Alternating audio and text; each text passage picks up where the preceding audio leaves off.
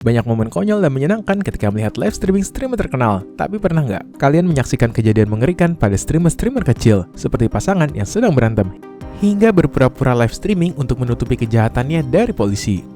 Tidak mudah untuk mendapatkan uang dari streaming, maka dari itu, Zillian OP menjual kesedihan agar mempunyai banyak penonton. Karena menggunakan kursi roda, Zillian mempunyai keunikan tersendiri.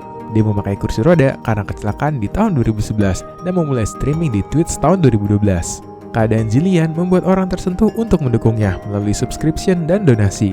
Tapi semua ini tidak bertahan lama, karena di tahun 2013 Zillian bangun dari kursi rodanya. Sepertinya Zillian lupa kalau dia sedang pura-pura disabilitas agar mendapat banyak donasi. Dari situ akun Twitch Zillian di-ban dengan alasan penipuan. Twitch juga menawarkan refund kepada para subscribernya. Beberapa tahun kemudian Zillian klarifikasi kalau dia sedang masa penyembuhan setelah kecelakaan. Tapi Zillian tidak jujur tentang itu kepada penontonnya agar mendapat banyak sumbangan. Streamer Smash God XXX sering live streaming bersama pacarnya, tapi pada suatu waktu dia terlihat marah dan menyuruh sang pacar untuk keluar dan menyuruh untuk mengambilkannya bir dengan cara yang tidak menyenangkan. Bring my beer! Sang pacar menolak karena tidak suka diperlakukan seperti pembantu. Tiba-tiba Smash membalikkan posisi kamera dan terdengar suara tamparan. Mereka kembali live streaming, tapi pacarnya terlihat tertekan. Smash menyalahkan pacarnya, tapi malah menjadi bumerang karena banyak penonton yang membela pacarnya dan mengkritiknya. Smash yang tidak terima dengan kritikan penonton membuat surat untuk melarang mereka menyebarkan berita palsu. Akhirnya akun Twitch Smash di-ban selamanya. Inilah alasan kesehatan mental adalah kondisi yang sangat serius. Tahun 2019 ada turnamen game Madden NFL di bar. Salah satu pesertanya adalah David Katz, pemenang Madden NFL 2017. Saat itu, David sedang berjuang dengan kesehatan mentalnya, yang menyebabkan dia depresi.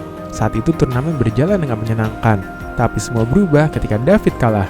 Dia menolak bersalaman dengan pemenang dan pergi dari bar. Tapi secara tiba-tiba, dia kembali dan melakukan kekerasan yang suaranya terekam di live streaming. Perbuatannya memakan 2 korban jiwa, 10 orang luka, dan berakhir David memutuskan untuk pergi selama-lamanya saat berada di bar. Arab Andy, streamer berwajah Timur Tengah yang dengan sengaja melakukan hal kontroversial untuk mendapatkan popularitas. Jadi pada streaming in real life, dia memasang text to speech, yang dimana pesan donasi akan dibacakan melalui speaker. Hal ini membuat penonton dengan sengaja melakukan kejahilan pada streamer. Arab Andy sangat paham dengan potensi yang dia miliki. Dia sengaja pergi ke universitas untuk melakukan prank. Ketika Andy berada di kelas, ada penonton yang donasi. Has been successfully activated. Hal itu membuat semua orang panik dan pergi meninggalkan gedung. Polisi menganggap ini adalah ancaman serius, dan Arab Andy berakhir di penjara. YouTuber PewDiePie mengalami trauma akibat perbuatannya sendiri. Ketika sedang live streaming PUBG, teman satu timnya diserang oleh musuh yang membuat dia menyebutkan N-word. Dan tidak lama setelah itu, PewDiePie langsung membuat video minta maaf atas perbuatannya. Sejak kejadian tersebut, PewDiePie mengalami trauma setiap melihat jembatan di video game. Mr. Deadmau5 atau Luke sedang berjuang untuk berkarir menjadi streamer terkenal. Pada suatu waktu, ketika sedang live streaming, sang istri mengajak Luke untuk makan malam bersama dan menyuruh berhenti main Fortnite. Luke bersikeras akan ikut makan malam setelah main Fortnite. Tiba-tiba ada kardus yang mengarah ke Luke. Dari situ, Luke bangkit dan menampar sang istri yang sedang hamil di hadapan anaknya. Stop! Cuplikan ini menjadi viral dan membuat Luke ditangkap dan dibawa ke pengadilan karena KDRT.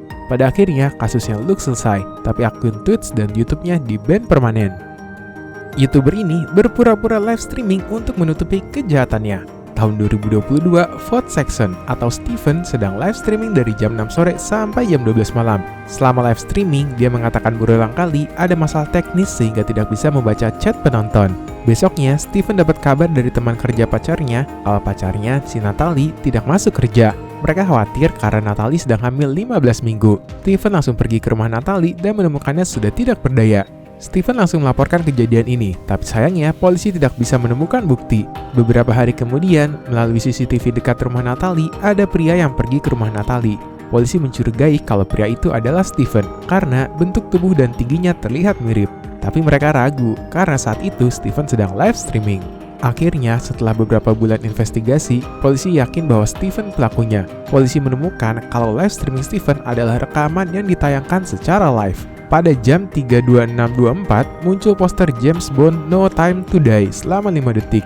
Itu Steven lakukan sebagai kode kalau dia saat itu sedang berada di rumah Natalie melakukan aksinya. Dan akhirnya polisi berhasil menangkap Steven.